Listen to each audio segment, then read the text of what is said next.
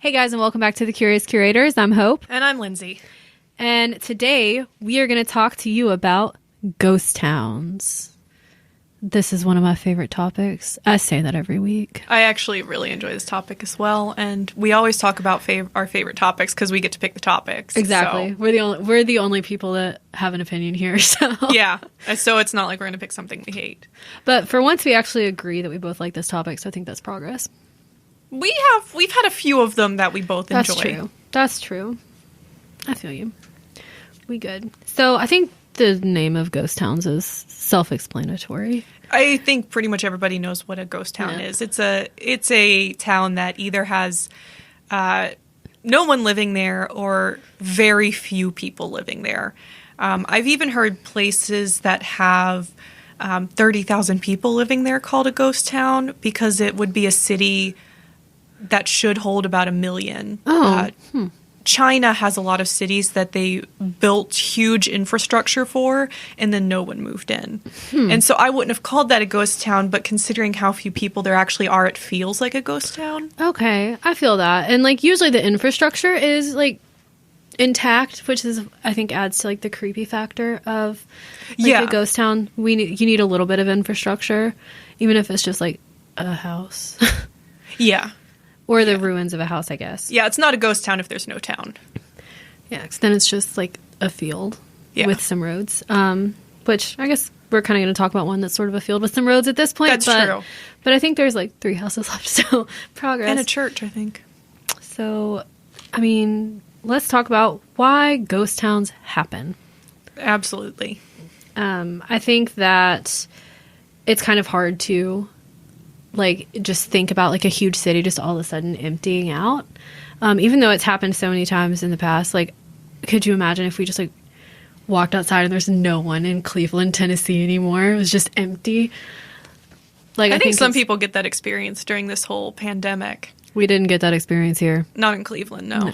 Mm-mm. But yeah, I think some people did. They said like streets in London were empty and everything. Yeah. I think that would be like a different world because like it would feel like a ghost town. Yeah, I've seen a couple of pictures like on Snapchat or not Snapchat, Instagram stories where people are in New York and they're like going for a walk and it's just completely empty. Yeah. And like, you know, New York's not like that at all. Like New York's like the city that never sleeps. Well, one of the cities that never sleep. Or like the Las Vegas Strip just being empty. Yeah. Like I couldn't imagine. I would probably freak out. Like it's awful.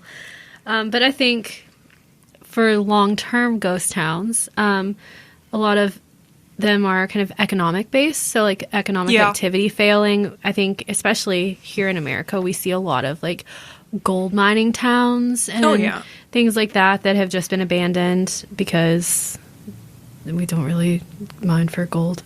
Like you wouldn't go mine for gold anyway. I mean, I'm sure some people do. Or things like when Route 66 stopped being popular and now there's all of these places just like sitting on Route 66, but they're empty. And a lot of places, a lot of ghost towns had one central industry that they focused around, coal mining or automobile industry. And as soon as that industry leaves, people either leave with it or it eventually just dries up. Yeah, there's like nothing to. And then a lot of times if they're smaller, there's maybe one mode of transportation in or out, a highway, a river. So if like they put a dam in a river, you can completely decimate towns that are downriver from that. Or if a new highway gets built and it circumvents a place, a lot of times they get abandoned because no one kind of stops. Like towns along Route 66. Yeah, which I think is really sad because I think Route 66 is like, I would drive down Route 66. Yeah. I wonder if there's still gas stations. I have so many questions. But there are also other things like natural or man-made disasters that cause people to leave. Political changes and takeovers. Right. Wars. Yeah. Diseases even can cause. Yeah. Maybe not so much today, but I think some older ghost towns, if you had some sort of illness like the Spanish flu and everyone died, like what was there to come back to for anyone? And I think government actions as well, or like government entity actions, I guess. Yeah. Like if they need this land or decide they want this land for what? A national park. Yeah, or even like above Area 51, the mountains. They bought the mountains. So you couldn't like look down into it. There are a lot of cities that have been cleared out for dams too to fill up Yeah. There's even one here, I think it's Old Harrison. It's Harrison. Was flooded for Chickamauga Dam. Okay. I didn't realize that. That's very close. Yeah, you can go scuba diving, and there's still stuff down there, yeah. Ooh, that sounds like a nice weekend activity. I don't scuba dive, but it sounds like a nice weekend activity. I know some people who scuba dive who have gone down just... That would be so cool. Yeah, so there's also situations where they're not populated in the first place. Oh, true. They're just like built up and then... Yep. Like I was talking about with those cities in China where they expect a certain amount of people to move there and nobody does. Yeah, or even like resort towns that they build for resorts and then no one goes there. Yeah.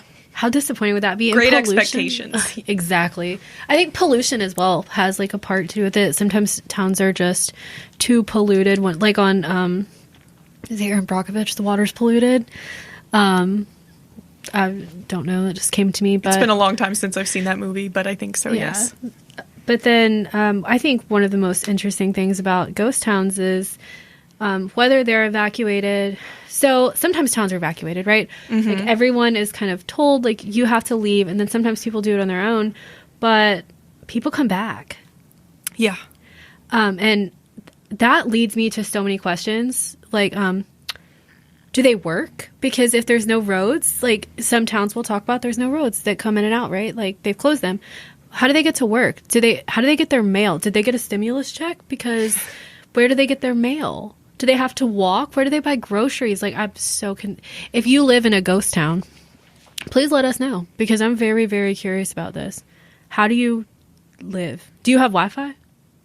Oh, I sincerely doubt that. Do you have to get a hotspot on your phone? Do you have electricity? Like, I'm so concerned about, and that's not really something that I think that you can just find an answer to, because it probably, I mean, I'm sure it varies by town. Yeah. But yeah, a lot of people do stay or return. So I think some people leave and then just come back, but I think that kind of happens for a variety of reasons, but sometimes that's all they own. Like everything that they own, all of their money is tied up in this place. And I don't think that if your town is condemned, you're really reimbursed fully for, or at all. I mean, in some instances. Well, in some places they do offer incentives to leave. Right. But for some people it's home and they've never known anywhere else and it's a central part of their identity and they're not willing to give up that part of their identity.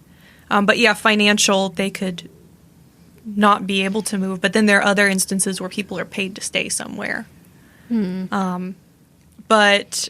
And some people just believe that it'll get better or the situation isn't as bad as they're being told. Yeah, like they don't believe that there's a reason for them to leave. Yeah. I mean, we see that happening with hurricanes.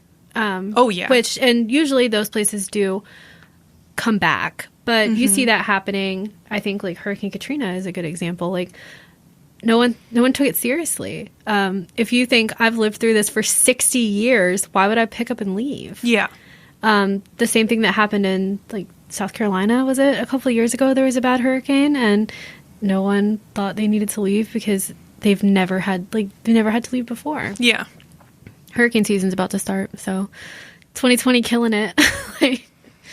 But I think but then it also kind of begs the question, especially if it's like weather related.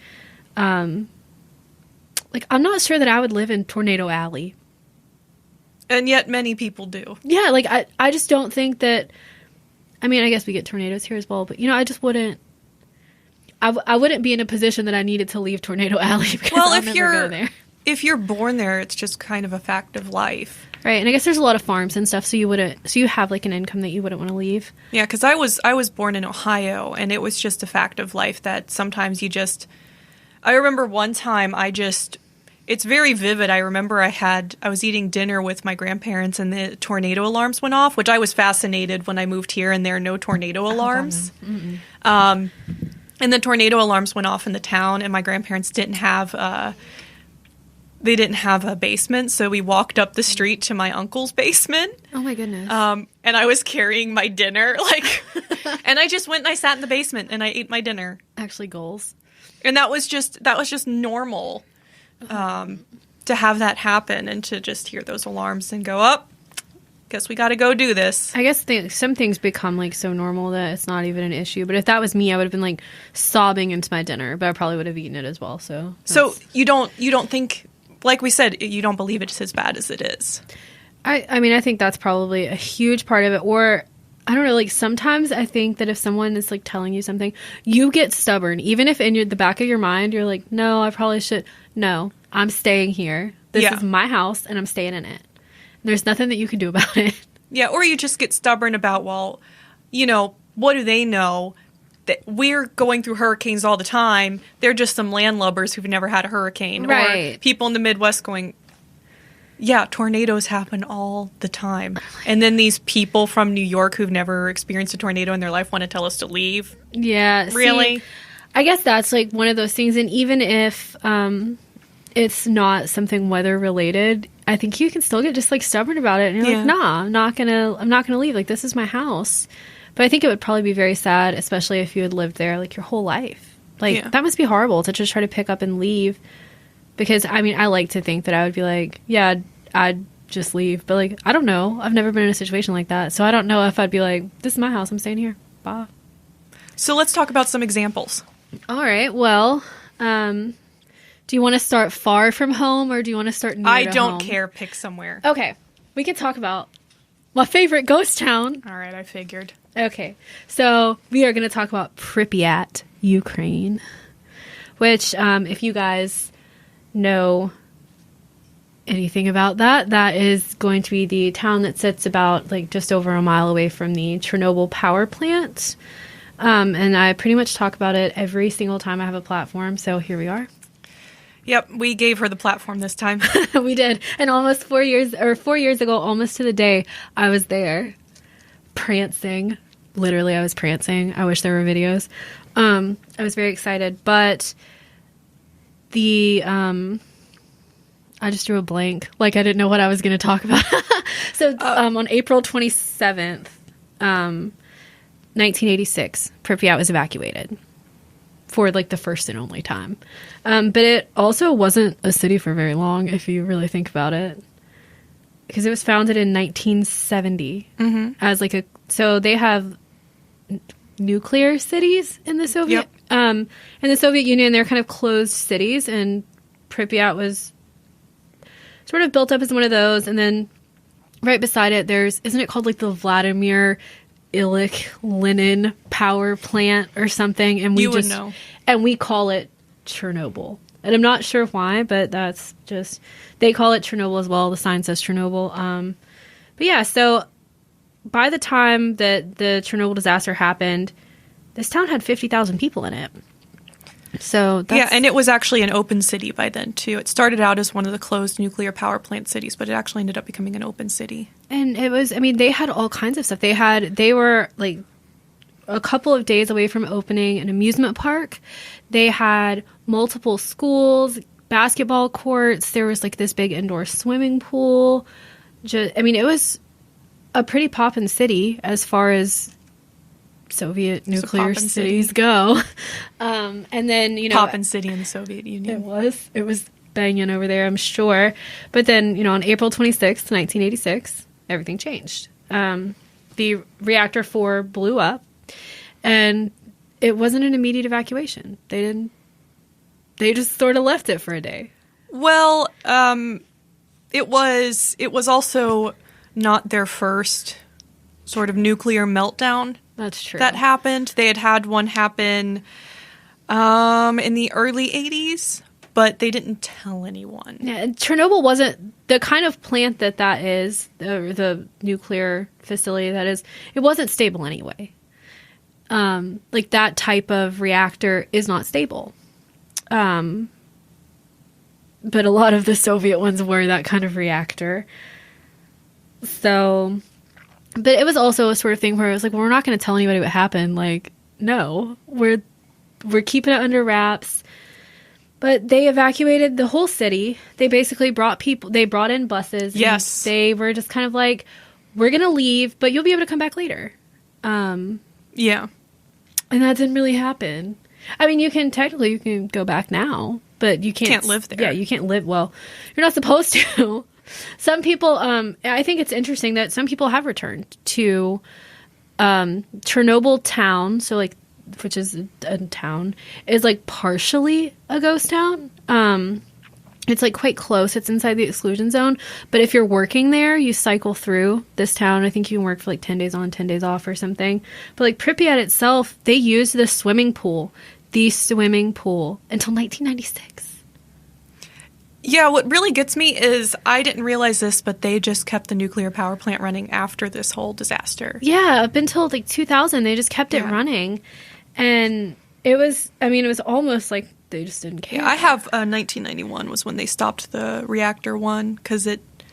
Maybe they shut it down completely in 2000 then. Maybe so, because the reactors were allowed to run until a fire broke out in reactor 1. And they didn't change. I don't know if you could at that point have like changed the way that, like changed it to a different reactor system at that point, but they didn't do that either. So they continued to work in a very it was too important to shut environment. down. It provided power for a lot of the Ukraine. Yeah, and now you can go there.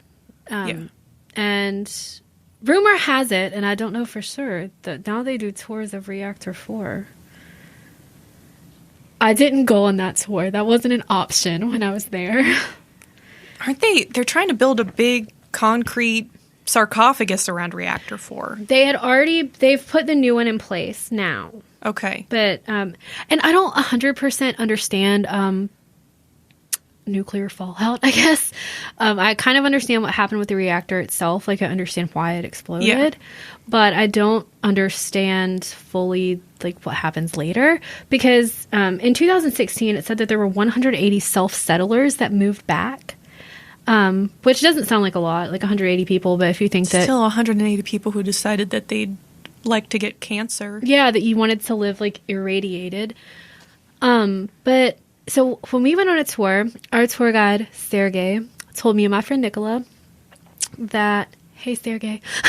His name would be Sergey. It would be. Well, he told us that the resettlers actually live longer than normal people in Ukraine. Now, I don't know if this is true. I later found out that Sergey worked for the Ukrainian government. So I don't know. That could have been a propaganda How trustworthy campaign. is Sergey? Oh. Right. So I don't know, but I thought that was interesting that these people moved back, and apparently they live longer. And there's the Chernobyl dogs that apparently, so recently they started rescuing the dogs and like cleaning them up and sending them to places like the United States to be adopted, which I think is really nice. They were very friendly dogs. Why are you looking at me like that? All right. But apparently they are. I've read quite a few articles on it. But now Chernobyl itself and Pripyat is a tourist ghost town. Like, it's just set up for you to go in. Well, I mean, you can't just walk in, right? You have to have a special, like, paper, and they check your passport and everything else. But... like, it's set up to just for you to go visit. A lot of places that are ghost towns are set up for visitors, though. That's true. And this one's kind of, it's not, the parts that you go to aren't supposed to be dangerous anymore. But from, like, my thought process would be, with the radiation not, like, I mean, it's not like you can see radiation. It's just there. So, like, if you live there, would you not get sick very quickly? Like, and then how do you go to the doctor? There's not a doctor. Guess you'd drive somewhere else. It's quite far. It's all nowhere. Yeah. But it's one of my favorites. I think that it's just, I don't know. There's something about it. Like, seeing it is just all right. wild. Let's go to another example, because I know you'll talk about this until your mouth falls off. I will. Okay. So what about one a little bit closer to home? And by closer, I mean it's about 10 hours from here. Centralia, Pennsylvania. Yeah, I think this is one that a lot of people are very interested in. Especially right now. Apparently, they have been like arresting and detaining a lot of people since quarantine started for trying to go in. And actually, this was just in the news recently. The best place to be quarantined. There's nobody around. There's never anyone around. It was actually in the news recently, and I'm a little bit disappointed. There is the graffiti highway, which is like part of Well, the company, so it's privately owned, and the company that owns it, what is it called here? Let me just be really... Pagnotti Enterprises is the company that owns it. Brought in dump trucks and completely covered it last month. Oh. I know! We're very disappointed in you. Like, that was rude. But I think Centralia is a really interesting place. It's got a weird history, and it's kind of on fire. Yeah, so Centralia was a coal mining town that mined coal underground. The first underground mine opened in 1856. They did have some decrease and increase in population with World War I. A lot of the coal miners went to fight, and then of course the Great Depression. They had to close 5 of their mines, but people started excavating coal themselves because that's really all they knew. When I was reading, it said that there were a bunch of different theories on what caused the initial fire, but when I actually watched a documentary where they talked about people who were there, the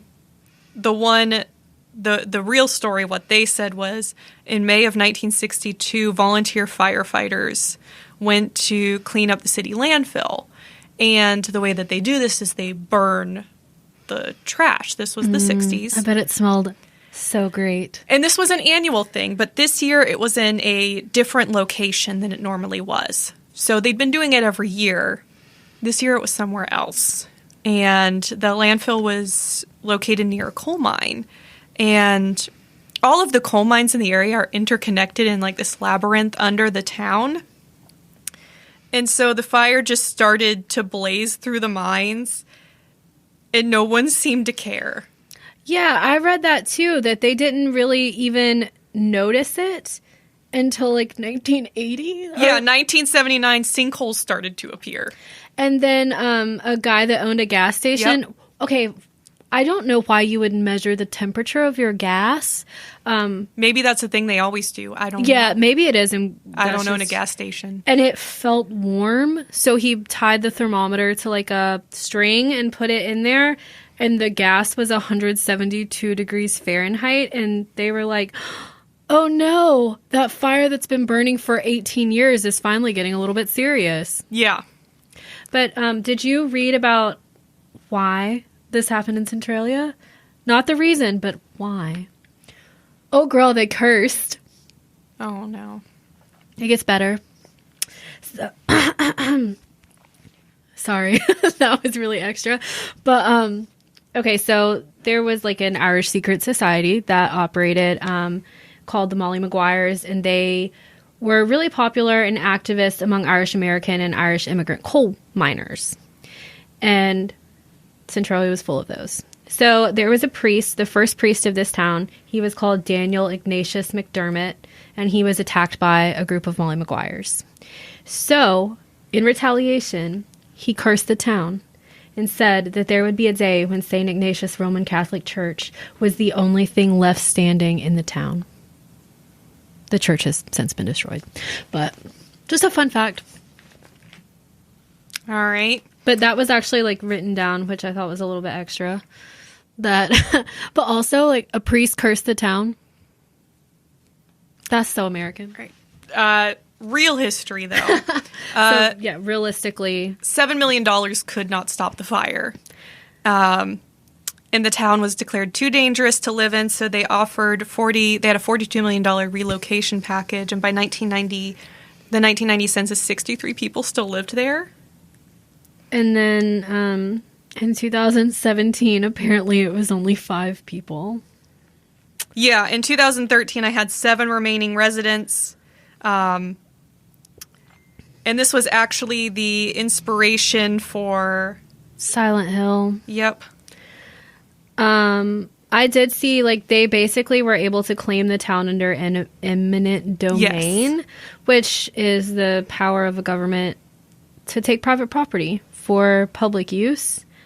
So they were able to reach a deal in 2013 that the remaining residents could continue to live in Centralia until they died, and then they would take their property as well. Yeah. Apparently, the fire is going to continue to burn for at least another 40 years. That's it's insane to me. I guess like you start fires with coal and stuff, but that's not something you ever think about, is it? Like, but it's one of those things as well. Like they've gone in and demolished a lot of the buildings. So I guess it's only these people's houses. Demolishing every time somebody leaves, they demolish the building so nobody will move in. So is it not dangerous to do that, to bring in equipment? Apparently not that dangerous. Or they pay you well enough that you'll take that. That's true. But it's kind of a touristy destination. Like you can find directions to it online. Yeah. And it looks like you could park. There's like a church nearby. It looks like you could just park and walk. It's like right through the woods, it looks like. And there's signs around that say that there's a fire burning, and walking around here could cause serious serious injury or death. Well, sinkholes kind of appear out of nowhere. That's true. I think I would still like to check it out, though. Yeah, sounds like a cool place to visit. Apparently, the cemeteries are still like intact. I'm not sure. I guess it's just very uncouth to like bulldoze a cemetery. Whereas, like, bulldozing a house, so you can, like, actually walk through the cemeteries and everything. Yeah, you can't. Yeah, bulldozing a cemetery would be wrong, I think. I agree. I think that would be wrong. So you can walk through that, but you can't, there's really nothing to go into anymore. Yeah. It's just, like, a blank, and you can't even see the really cool road. But, you know, you do what you can, right? What's next, girl? So we can talk about a bunch of different ones, or we can talk about some of the case studies that we kind of did on our own. Yeah, I'm good with that. We can touch on some of our case studies. Mine are a little bit ridiculous, but I did, one of the ones I did was Hashima Island, or really it shouldn't be called that because Shima is island, so it's kind of Island. So Hashima, Japan. It is an island. It's about 9 miles outside of Nagasaki, and it's partially man-made. It's called Battleship Island because it looks like a battleship. About 5,000 people lived there at its peak in the 50s, and it was the most densely populated city in Japan at that time because they're all living on this little island. It actually was a coal mining operation as well. It was first discovered in 1810, and it's been continuously occupied from about 1887 to 1974 as a seabed coal mining facility. So in 1890, the Mitsubishi Group, which you might know for its automobiles, I thought they sounded familiar. Pretty much bought the rights to the coal, and that's when they started expanding the size of the island artificially. They built their first concrete apartment building in 1916, and they're concrete, so they're resistant to typhoons. Right. And over the next 55 years, they constructed more and more buildings. One of the really dark things about this that Japan denies ever happened, like they acknowledged it, but as soon as they acknowledged it, they took it back and said it didn't happen, is from about the 1930s through 1945. Chinese POWs and Korean civilians who were abducted from their homes were forced to work in the mines under harsh conditions and brutal treatment. About 1,300 died in underground accidents for starvation and malnutrition. Oh, my goodness. Like, they gave them beans and dried sweet potatoes, and that was their meal. Oh, gosh. About 500 to 800 Koreans were kidnapped over the course of World War II and forced to work there. They worked over 12 hours a day in these coal mines. And they of course had much worse living conditions than Japanese citizens who worked there. But basically what happened is there was no accident or anything. It's just by the 1960s, petroleum had replaced coal. Right. And it became kind of useless and defunct, and the coal mining operation went away, so everybody who lived there had no reason to live there anymore. But they had all kinds of infrastructure. They had daycare facilities, they had hospitals, they had schools, they had, I think, rooftop gardens and a spa. Oh, it sounds like nice. They had everything, but it finally closed in January of 1974, and it was the mine closed in 1974, and the island was completely abandoned by April. So 4 months. Wow. And it was completely abandoned, and it was closed to anyone coming into it until 2009, and now it's kind of one of those tourist spots, kind of like Centralia and Pripyat, where people want to see the abandoned area, but the buildings are pretty decrepit and falling apart, so you can only access certain parts of the island. Everything else is too dangerous. I would still go there. I think I would honestly, everywhere that we mentioned, like, I would go there. Oh, yeah. Okay, well, I have a little bit of a different one. All right, so you could call this a ghost town. Population 3. Today, we're going to Luckenbach, Texas. Okay. With Willie and Waylon and the boys. All right, so if that didn't make any sense to you, Luckenbach, Texas is a very small community in the Texas Hill Country, and it is literally like 2 buildings. It's a post office / general store and a dance hall. All right. Sounds like my kind of town. So in 1904, it reached its highest ever population. That was 492. Okay. And by the 1960s, it was basically a ghost town. So it kind of came into being in the 1830s. They're thinking could have been a little bit later. It's one of those that you just don't really know. And in the 1960s, it was pretty much completely abandoned. And this actor, his name is like Gooch Kook. I don't know. Wow, what a name. And a rancher named Hondo Crouch bought the town for $30,000 in 1970. So they kind of made it like a thing. They started having things like the Women's Chili Cook-Off and the first Luckenbach World Fair. Okay. Where Willie Nelson was a surprise guest. But I think kind of one of the things that sort of made Luckenbach a thing is that it became part of the like outlaw country music scene, which is why I made the reference to Willie and Waylon and the boys. In 1976, Waylon Jennings and Willie Nelson recorded Luckenbach, Texas. It debuted at number 1 on the country charts and number 25 on the pop charts. So it put this little nothing town on the map. Mm-hmm. But Waylon actually hated the song and was like, none of these people have ever been to Luckenbach because it was literally 2 buildings. But it's all about keeping up with the Jones and just going to Luckenbach, Texas, because that's like, you never feel any pain. Well, you said Willie Nelson was a surprise guest at their Luckenbach World Fair, so he'd been there. Well, and it was like written by songwriters, not by the two of them. They just recorded it. Oh. But they also held Willie Nelson's 4th of July picnic there twice, which is a big festival. I think it's a relief, like a relief concert, but it's a huge like festival. It's in Austin now. But, like, you know, some stuff happened in Luckenbach. They had this fundraiser called Pickin' for the Record, where a bunch of guitar players got together, and they broke the Guinness World Record for the most guitar players gathered to play continuously for more than 5 minutes. And they all had to be together. But no one really lives there. Their zip code was revoked, in the 70s. So, but there is a post office and there is this general store type thing, but I think that's just for show. And then the dance hall you can actually go into, and every weekend they have live music, but it's just kind of these decrepit buildings and you just sort of sit around and hope it doesn't fall in on you. I think people might sit outside. I think there's like some water nearby or something, like a stream. In my head, there's a stream nearby, but I could be very wrong. It's quite hilly and pretty. It's in the hill country. I'm grasping at straws, but I'd love to go to Luckenbach, Texas, so I can have like a great photo caption. But yeah, I think that one's a little bit different. It's been a ghost town for a long time, but they do try to revive it a little bit. They have live music. I assume it's country music, but I could be very wrong about that as well. I think that's a safe bet. So I did Plymouth Montserrat. Ooh, okay. What's really interesting about this one is it is the only capital city in the world that's abandoned. It's the capital city of Montserrat.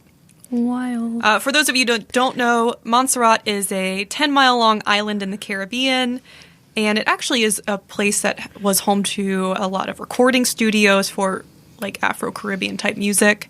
There's a mountain on the island. It's Soufriere Hills. On the southern half of the island, it was volcanic. Okay.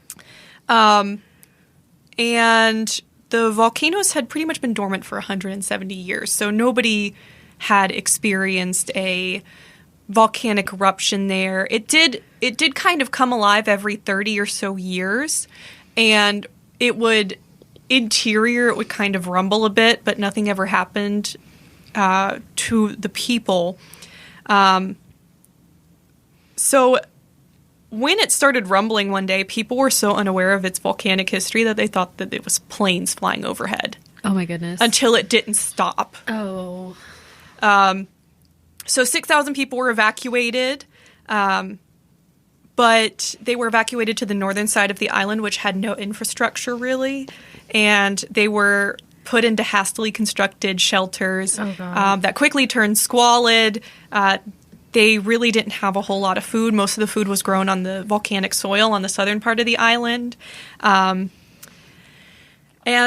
5 months after the rumblings and one eruption, people were allowed back. The volcano went quiet, and they're like, go back home. And the eruption really didn't do anything. So they went back home for 3 months. 3 months later, there was a pyroclastic flow, and that's the kind of flow that took out Pompeii. I can't believe we've gone this whole time without mentioning Pompeii. I just thought of it. So the government excavated them or evacuated them again. But nobody enforced the roadblocks, and people were really confused why they weren't allowed to go back. So people went back anyways. Oh my gosh. Kind of like we talked about Pripyat. On June 25th, 1997, so this is almost 2 years after the original rumblings happened, they started having pyroclastic eruptions and flows. It killed 19 people, and a few days later, from August 4th through the 8th, they had a series of eruptions that destroyed 80% of Plymouth, which was the capital city, and buried it under 4 to 5 feet of ash. So the government moved elsewhere. That kind of became the de facto capital, but it's not officially the capital. That's so the official capital is still Plymouth. Oh my gosh. And right now what they're doing is they're actually constructing a new capital completely. They're moving it somewhere else. It's called Little Bay, and they're just creating from scratch. Wow. And creating a new capital there. That's actually really interesting. Yeah, but Plymouth is still the capital? Yeah, and it's completely abandoned. Nobody lives there. You can't. It's under 5 feet of ash. Yeah, like you can't even just like go hang out. And it's, isn't it like it traps like noxious gases underneath the ash? Probably. So you'd have to like dig in a little bit, let it like come out, and then go back. Like, most of it is burned away anyways. True. Because wooden houses. Oh, yeah. I didn't even think about that, yeah. It's such a this part of the world thing to build everything out of wood. Yes, it is. Okay, well, let's see. I have looked at North Brother Island. Oh, I know that one. Okay, so North Brother Island, there's also a South Brother Island, which just did not know that. It just served as like a dump. Okay. So it wasn't interesting. But these sit in the East River in New York City. They're actually part of the Bronx, technically. And they were just these little islands at first, and no one really cared about them. But then in 1885, they moved Riverside Hospital there. So Riverside Hospital was originally a smallpox hospital, and then it kind of expanded to be like a hospital for other quarantinable illnesses. Mm-hmm. And it kind of hit its heyday in 1943 when it became a tuberculosis pavilion. I feel like that's just, that'd be horrifying. This is not the only place that's happened to, interestingly enough. But then it closed in 1945 because they were able to vaccinate against TB. So they didn't really need a place like that. But this place just has like really bad luck because it was this site. It's a place for contractable illnesses. Well, even like in the middle of all that, the ship, the General Slocum, wrecked there in 1904. Basically, the ship caught on fire. The life jackets were filled with, like, they had, like, little pellets or whatever in them to make them seem like the weight, but they were made horribly. So, 1,021 people burned or drowned, and their bodies all washed up on the island. And then, as if that wasn't enough, Mary Mallon, also known as Typhoid Mary, was quarantined there for 2 decades. If you don't know anything about her, she was an asymptomatic carrier of typhoid fever. So she was actually the first known asymptomatic carrier in the United States. And she ended up infecting 51 people with typhoid. And she spent over 2 decades there, and she was kind of a little celebrity. People would come and visit her, reporters. That's the worst. Why would you go visit somebody that could literally give you... Apparently the doctors gave people that went to visit her strict orders to not even take a glass of water from her. Because I wonder, after I was reading about all this, I wonder if she didn't understand or if she didn't care, because they had when the I option. read, she didn't believe that she was a carrier. Yeah, and she ran from the doctors and everything, because when I was reading about it, it was they could have removed her gallbladder, which is where typhoid lives in your body, and that would have made her okay. So I don't know how. I know nothing about that. And then post-World War II, the island was used to house veterans and their families that were studying in New York City. So that sounds nice. This was its happy time, I think. But it kind of got really bad in the 1950s because it was used as a rehab facility for adolescent drug addicts. And it was the first of its kind. It offered treatment, rehabilitation, and education. But really, they would just sort of force you to be locked alone in a room until you detoxed, and people were there against their will, and it was just really horrible. So it ended up closing not long after that, and it was abandoned for a long time, but now it's off limits to the public and is apparently a bird sanctuary. So I'm just going to talk about a few more case studies before we sign off here, just briefly. Okay. So for example, there's Varasha, Cyprus. Yes, I looked at that one as well. I think this one's so interesting. So it was a luxury resort, essentially, and a favorite destination of a lot of celebrities like Elizabeth Taylor and Raquel Welch. Bridget Bardot. Yep. And it was one of the top tourist destinations in the world, but Turkey invaded in the 1970s, and the entire population essentially fled, and Turkey just holds it now. Yeah, and it's weird. So it's part of a larger city called Famagusta, and the whole city around it just functions like a normal city. And then you have this one place that's cordoned off. And I think that that's so strange. But I read that there's a Varosha Inventory Commission of East Cyprus. And they had planned originally to have it reopened by the end of 2020. Yeah, we'll see about that. We ain't doing that anymore. But I think that's creepy though. Could you imagine if you're just out walking and then there's just this whole abandoned city literally a fence away from you that you could Yeah. I like that one. I think it's interesting.